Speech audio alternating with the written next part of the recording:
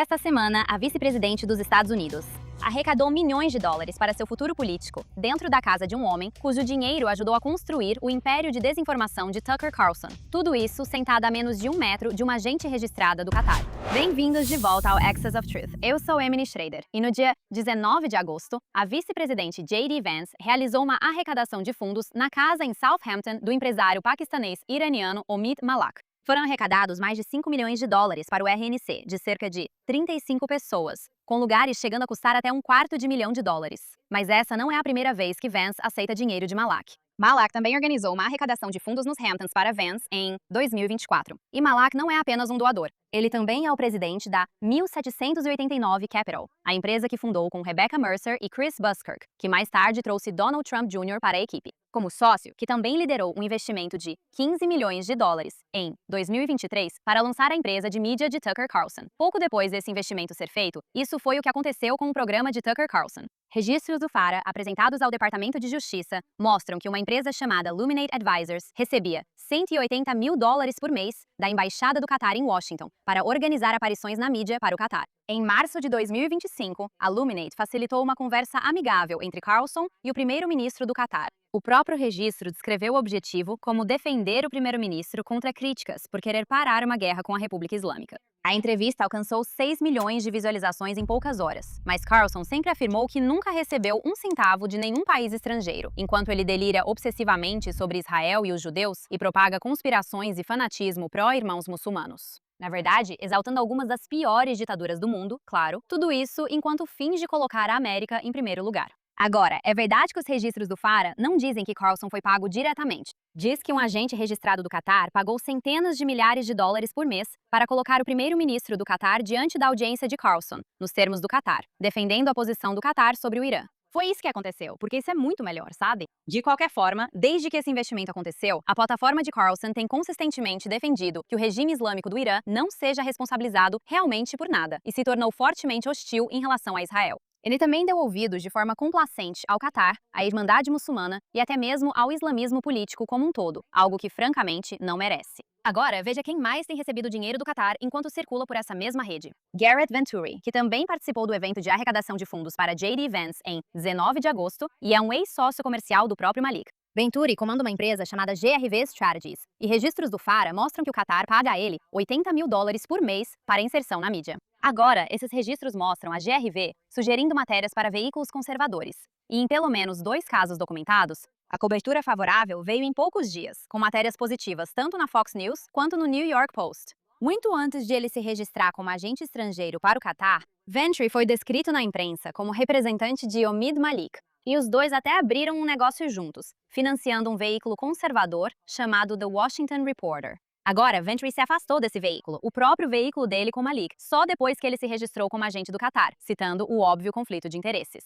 E mesmo assim, ele ainda estava entre as cerca de 35 pessoas dentro da casa de Malik esta semana, na arrecadação de fundos para o homem que busca ser o candidato do Partido Republicano à presidência em 2028. Mas isso vai além de uma única arrecadação de fundos. Chris Buskirk, outro anfitrião daquele evento de Vance na semana passada, também cofundou a Rockbridge Network com J.D. Vance, uma rede apoiada por grandes doadores, incluindo Malik e também Peter Thiel. É também a infraestrutura de doadores que ajudou a construir a carreira política de Vance desde o início. Agora, Malik não parou na mídia e na arrecadação de fundos. Ele também criou o Executive Branch, o clube privado de Washington, que na prática vende acesso de membros ricos a altos funcionários do governo Trump, que ele fundou ao lado de Donald Trump Jr., Steve e Alex Witkoff e Chris Buskirk. Então, o mesmo homem que ajudou a financiar a plataforma de Tucker Carlson também cofundou a máquina de doadores por trás da ascensão de Vance e também cofundou o clube privado que vende acesso ao restante da administração.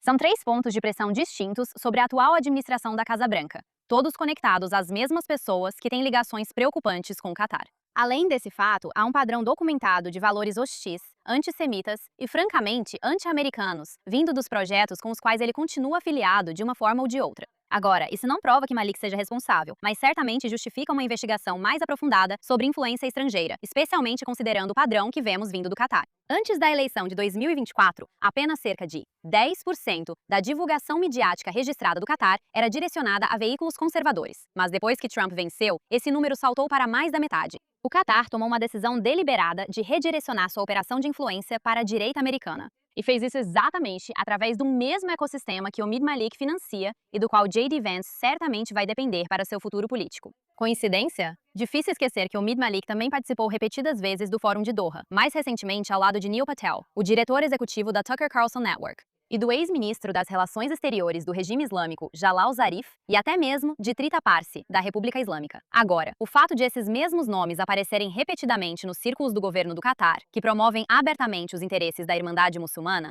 deveria alarmar qualquer americano, porque o Catar não é uma monarquia amigável com algumas imperfeições. É uma ditadura opressora da Irmandade Muçulmana que não compartilha dos valores dos Estados Unidos. É um estado que foi acusado de praticar escravidão moderna, onde a dissidência é brutalmente punida, pessoas LGBT estão sujeitas à pena de morte e terroristas repetidamente encontraram refúgio seguro. Este é o mesmo estado que abrigou a própria liderança do Hamas por anos. E é o mesmo governo cujos agentes registrados agora têm uma via paga de acesso ao homem que pode ser o próximo indicado republicano à presidência. Faça as contas. O que isso significa para a tomada de decisões na Casa Branca? O Catar tem um interesse estratégico óbvio em garantir que quem liderar o Partido Republicano após Trump esteja cercado de pessoas favoráveis a Doha. E é exatamente assim que eles estão agindo. Curiosamente, o próprio conteúdo de Carlson tem ecoado essa agenda quase ponto por ponto, chegando até a crescente suspeita e hostilidade agora direcionadas ao apoio dos cristãos evangélicos a Israel, que há muito tempo é um dos pilares mais fortes da coalizão pró-Israel nos Estados Unidos. Com certeza, não é coincidência que pessoas como Carlson estejam desesperadamente tentando criar uma divisão entre cristãos e judeus em relação a Israel. E isso não é um acidente. É exatamente o que um governo estrangeiro tentando remodelar a opinião pública americana gostaria que fosse produzido. Então, não vou sentar aqui e dizer que Omid Malik é um agente do Catar, do Irã ou do Paquistão, já que as evidências não provam isso. Mas vou fazer a pergunta diretamente. Quando o homem que ajudou a financiar a plataforma de Carlson também cofundou a rede de doadores por trás da vice-presidente, que também criou o clube de acesso para o restante da administração, que também participa de painéis com autoridades iranianas e em um fórum do governo do Catar, e também mantém laços comerciais com um agente que agora está na folha de pagamento do Catar. Você realmente acredita que tudo isso é coincidência? Com base no que acabamos de expor, não há um motivo sério para se preocupar que estamos assistindo a parte de uma campanha maior do Catar para subverter a política externa americana, de dentro da coalizão que deveria de fato colocar a América em primeiro lugar. Pessoalmente, tenho sérias reservas sobre quem ocupa os cargos mais altos, ou melhor, os segundos cargos mais altos desta Casa Branca, e de quais interesses eles realmente estão servindo. Quando as pessoas mais próximas de uma vice-presidente em exercício são as mesmas que recebem cheques de um governo que financia o Hamas, os americanos merecem uma explicação, não um evento para arrecadar fundos. O dinheiro do Catar está em toda parte em Washington agora. Está em toda parte na mídia e nos institutos de pesquisa. Está em toda parte nas universidades. E agora está na sala de estar do homem que está financiando o futuro da vice-presidente? Isso precisa parar. E começa com os americanos exigindo saber exatamente quem está na sala quando seus líderes estão sendo financiados e exatamente de quem é o dinheiro que os colocou lá. No entanto, o Catar não é o único ator regional comprando a boa vontade de Washington enquanto trabalha contra os interesses americanos. Há outro aliado da OTAN fazendo a mesma coisa abertamente. E seu presidente acabou de emitir um mandado de prisão para o primeiro-ministro de Israel. Vamos falar sobre a Turquia. Esta semana, o presidente de um país da OTAN, a Turquia, pediu à Interpol para prender o primeiro-ministro de Israel por genocídio, enquanto seu próprio país ainda não assumiu a responsabilidade pelo genocídio armênio. E além disso, abriga a liderança do próprio grupo terrorista que tentou cometer um genocídio contra judeus em 7 de outubro. Enquanto isso, o embaixador americano em Ankara, Tom Barrack, passou a última semana ficando publicamente do lado dele. Na sexta-feira, o ministro da Justiça da Turquia anunciou que Ankara está pedindo à Interpol um alerta vermelho para prender Benjamin Netanyahu, ampliando os mandados de prisão que a Turquia já emitiu contra 37 autoridades israelenses, por genocídio devido à guerra em Gaza. Agora, é claro, nada disso tem a ver com a Turquia, mas isso não impediu Erdogan de tentar promover suas fantasias de califado islâmico. Em resposta, o gabinete de Netanyahu chamou Erdogan de ditador antissemita que massacrou curdos, abriga terroristas do Hamas, ocupa metade de Chipre e prende um número recorde de jornalistas e políticos que se opõem a ele. E eles estão certos. Este é um país que nunca assumiu a responsabilidade pelo próprio genocídio contra os armênios, sendo liderado por um homem que mantém seu principal rival político na prisão. Enquanto isso, ele faz acusações de genocídio contra um país que está se defendendo dos verdadeiros terroristas genocidas que a Turquia protege. Nessa semana, as tensões só aumentaram depois que as forças de defesa de Israel atacaram uma base vazia na Síria, onde a Turquia está tentando expandir sua presença militarmente, algo contra o qual Israel já alertou explicitamente e afirmou que absolutamente não permitirá. A base aérea foi atacada depois que informações de inteligência indicaram que a Turquia planejava enviar forças para lá, com o ministro da Defesa de Israel, Israel Katz, dizendo que as forças de defesa de Israel avisaram altos funcionários sírios antes do ataque, dando-lhes a chance de recuar. E só quando esse aviso não foi respondido é que o primeiro-ministro e o ministro da Defesa autorizaram a operação. Um Estado soberano impedir que uma força militar estrangeira hostil se estabeleça em sua fronteira não é agressão, é o padrão mínimo de autopreservação, e qualquer país do mundo faria o mesmo. Além disso, nada na OTAN protege o direito da Turquia de ameaçar Israel, especialmente em solo estrangeiro de outro Estado soberano, que não é membro da OTAN, a Síria. Mas é aqui que fica revoltante, porque em resposta a esse ato de autodefesa, Tom Barrack, o atual embaixador dos Estados Unidos na Turquia, assim como o enviado especial para a Síria, publicamente chamou esse ataque de uma escalada desnecessária. E essa não é a primeira vez que Barrack ficou do lado de Ankara, em vez de um aliado dos Estados Unidos, ou até mesmo dos próprios Estados Unidos. Interesses. Apenas alguns dias antes, veja o que ele disse a um entrevistador sobre as colinas de Golã, em oposição direta à política dos Estados Unidos e ao presidente Trump. Você sabe, o chefe dele. O presidente Trump traçou um limite ao tentar buscar a moderação. Nas colinas de Golã com a Síria, eles ainda ocupam as colinas de Golã contra as resoluções da ONU, contra toda a ordem internacional, que declarou que as colinas de Golã pertencem à Síria. Então, por quanto tempo essas incursões vão continuar até que a situação se acalme?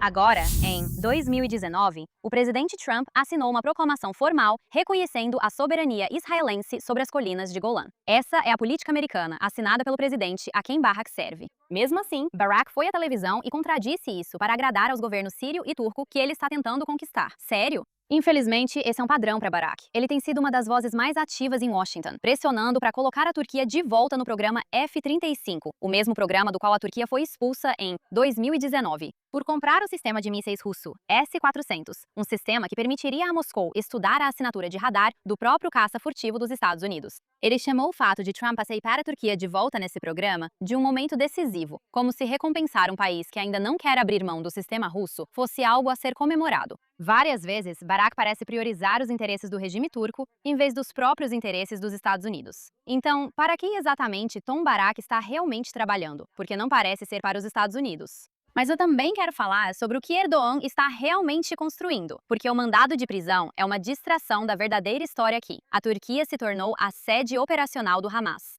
O chefe da inteligência turca, Ibrahim Kalin, recebeu pessoalmente o Bureau Político do Hamas em Istambul várias vezes só este ano. O Hamas realizou suas próprias eleições internas de liderança em Istambul. Os serviços de segurança israelenses identificaram líderes do Hamas operando a partir de Istambul para coordenar ataques na Judéia e Samaria, com Erdogan prometendo pessoalmente ao grupo, e eu cito, assim como protegemos nossos próprios filhos, também protegeremos vocês.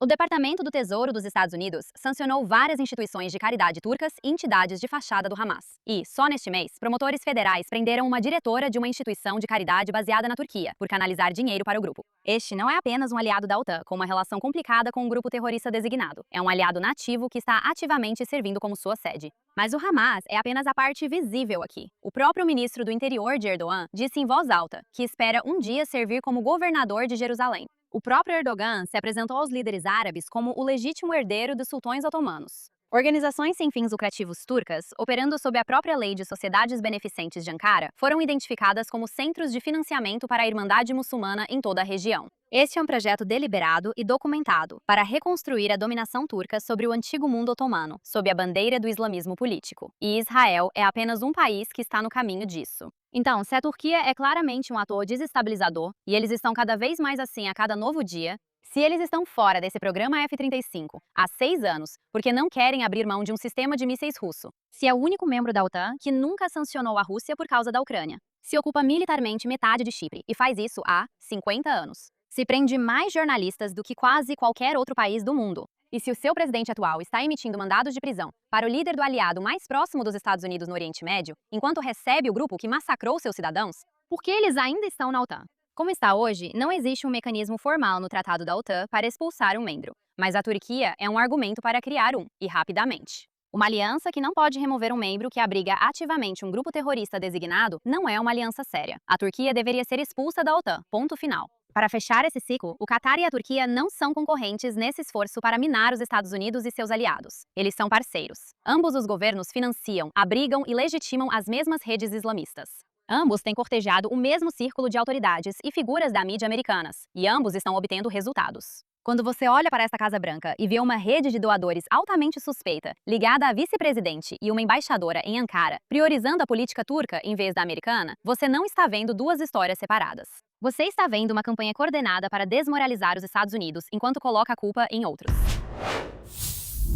Bem, agora é a hora do bom, do ruim e do feio. E eu quero começar pelo bom essa semana, porque um estúdio de Hollywood realmente enfrentou um dos mais implacáveis fanáticos anti-Israel de Hollywood. Sim, estou falando de Mark Ruffalo.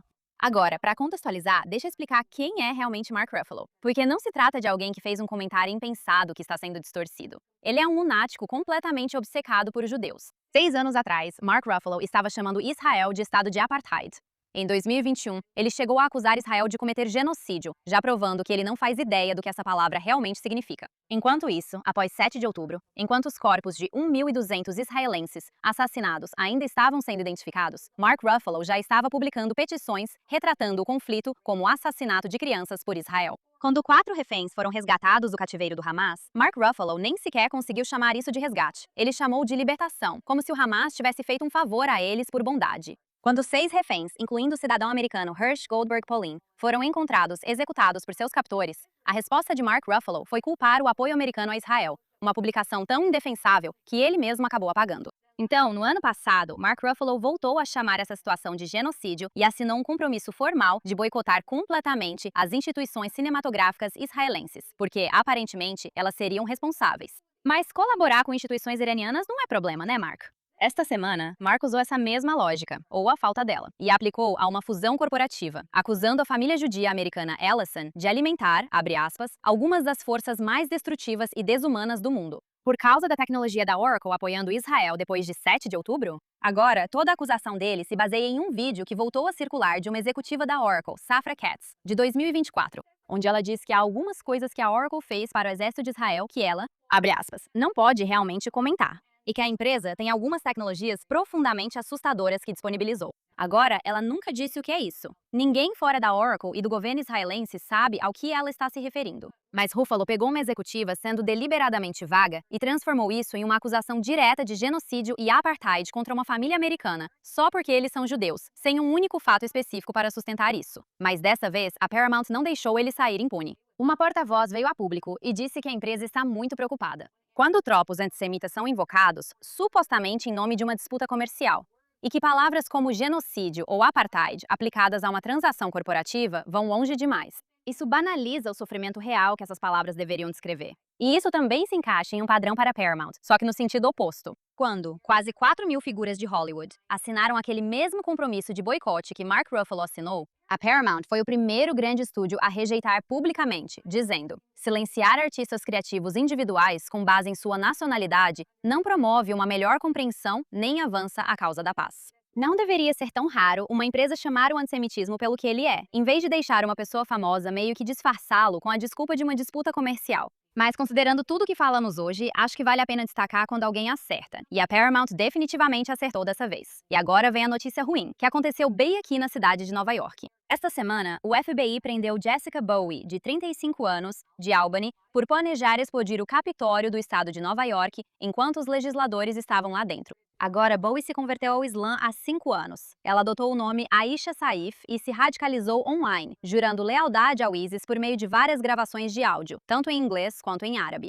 Ela, então, passou semanas inspecionando o Capitólio, tirando fotos de vários ângulos e até disse a informantes do FBI que queria, abre aspas, destruir o máximo possível do prédio e matar os senadores enquanto eles estivessem reunidos. Ela discutiu disfarçar a bomba como se fosse uma entrega de comida, comprou materiais em uma loja de ferragens e até considerou a prefeitura de Albany antes de decidir, em suas próprias palavras, que o Capitólio estadual era o melhor alvo. Os promotores dizem que ela planejava fugir para um território controlado pelo ISIS na Síria depois, então voltar para atacar a Times Square na véspera de Ano Novo e mais tarde a própria Casa Branca. Ela foi presa no momento em que tomou posse do que acreditava ser um dispositivo explosivo real e agora pode pegar até 20 anos de prisão. Isso é obviamente horrível, mas as implicações são ainda mais assustadoras. Os investigadores disseram que Bowie descreveu a si mesma passando de uma garotinha acenando uma bandeira americana após o 11 de setembro para colar adesivos das torres caindo em comemoração. Essa é uma cidadã americana, nascida e criada nos Estados Unidos, que saiu pronta para massacrar a própria Assembleia Legislativa do seu estado por uma causa que se originou a milhares de quilômetros de distância. E ela não é um caso isolado. Isso não é uma história isolada de uma pessoa perturbada, é um sintoma de algo que está se espalhando dentro da sociedade americana. Um fluxo constante de radicalização online que pega americanos comuns, sem nenhuma ligação com o Oriente Médio, e os transforma em soldados rasos para o islamismo político. Isso não é uma questão de islamofobia, porque essa mesma ideologia tóxica mata, de forma desproporcional, outros muçulmanos em todo o Oriente Médio. Nos Estados Unidos, vemos essa ideologia através do culto à morte do Palestina Livre e do sequestro do Partido Democrata pela DSA. E vemos isso também com islamistas que juram lealdade ao ISIS. Washington não pode continuar tratando isso como uma série de incidentes isolados, em vez de uma infecção ideológica coordenada, quero dizer, realmente uma infecção se espalhando pela sociedade americana. Vidas americanas estão claramente em risco. E agora, finalmente, para a história feia, que nos leva de volta à República Islâmica e à Espanha, onde o regime tem um aliado em Pedro Sánchez. Essa semana, a mídia estatal da República Islâmica anunciou que um investidor espanhol foi aprovado para o primeiro investimento estrangeiro do regime na província de Coração do Sul, para um projeto de mineração e processamento mineral. Sob as sanções dos Estados Unidos, isso não é uma área cinzenta. A Ordem Executiva 13.902 menciona especificamente a mineração como um setor sancionável da economia iraniana, junto com construção, manufatura e têxteis. Qualquer pessoa que atue nesse setor, incluindo estrangeiros, está sujeita às sanções dos Estados Unidos por isso. Enquanto isso, do lado da União Europeia, Bruxelas restabeleceu sanções abrangentes contra a República Islâmica em setembro passado, proibindo o comércio de metais não processados e restituindo amplas restrições de investimento. Enquanto isso, apesar do fato de que o regime islâmico tenha ameaçado explicitamente a Europa nas últimas semanas, o primeiro-ministro espanhol, Pedro Sánchez, passou toda essa guerra se posicionando como o crítico mais ferrenho da Europa contra qualquer ação militar contra o regime islâmico no Irã, bloqueando os Estados Unidos de usarem bases, chamando de volta o embaixador da Espanha em Israel e chamando a campanha contra o regime de ilegal e cruel. Engraçado como ele não tem nada a dizer sobre a crueldade e ilegalidade de assassinar em massa dezenas de milhares de manifestantes iranianos, não é, Pedro? Enfim, de acordo com os próprios dados do Ministério do Comércio da Espanha, o governo dele aprovou mais de US$ 1,5 milhão em exportações de uso duplo para a República Islâmica só em 2024 e na primeira metade de 2025, incluindo detonadores, explosivos e máquinas-ferramenta de alta precisão adequadas para a fabricação de mísseis e drones,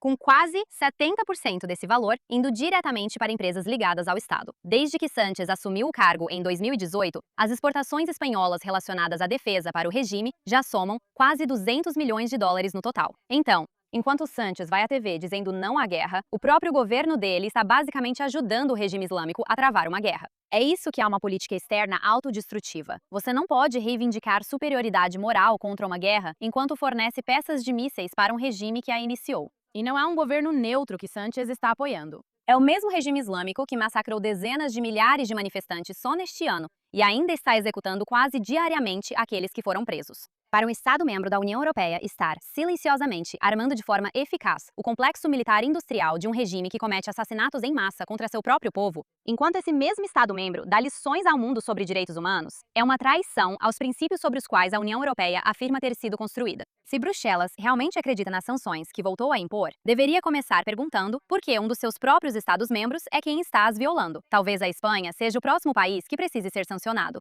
É isso por esta semana. Se você quiser as histórias que o resto da mídia não aborda sobre Israel ou Irã, não deixe de me seguir no X e no Instagram. Os links estão abaixo. Eu sou Emily Schrader e este foi o Access of Truth. Até a próxima semana.